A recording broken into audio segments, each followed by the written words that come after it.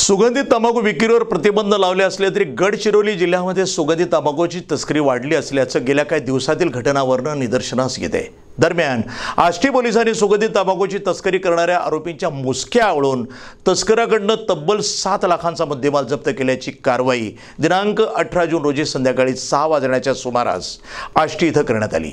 मयुरी पंढर Pohankar, ward क्रमांक 2, new colony, करंजी, तालुका गोडपिंपरी, जिल्हा चंद्रपूर असं अटक केलेल्या आरोपीचं नाव आहे। पोलिसांनी दिलेल्या प्राप्त माहितीनुसार 4 चाकी वाहनातून प्रतिबंधित सुगंधित तंबाखूची तस्करी केली जाणार असल्याची माहिती आष्टी पोलिसांना मिळाली। त्यानुसार आष्टी पोलिसांनी वन विभागाच्या नाक्याजवळ सापळा रचला। MH05 BS 2206 या क्रमांकाचं वाहन गोंडपिंपरी मार्गे आष्टीकडे येताना दिसलं। पोलिसांनी वाहनास थांबवून झडती घेतली असता वाहन चालकानं आपलं नाव मयूर पोहनकर असल्याचं सांगितलं।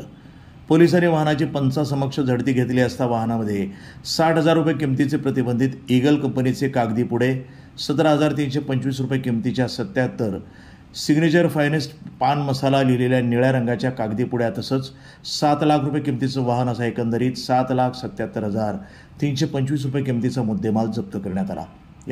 या प्रकरणी आरोपी विरोधामध्ये आष्टी पोलीस ठाण्यामध्ये क्रमांक 141/2025 कलम 123, 274, 276, 277 BNS नुसार गुन्हा दाखल करून त्याला अटक करण्यात आली आहे। पुढील तपास पोलीस निरीक्षक विशाल काळे यांच्या मार्गदर्शनात पोलीस उपनिरीक्षक सोमनाथ पवार हे करत आहेत। प्रतिनिधी भास्कर फरकडे, NTV न्यूज मराठी, गडचिरोली।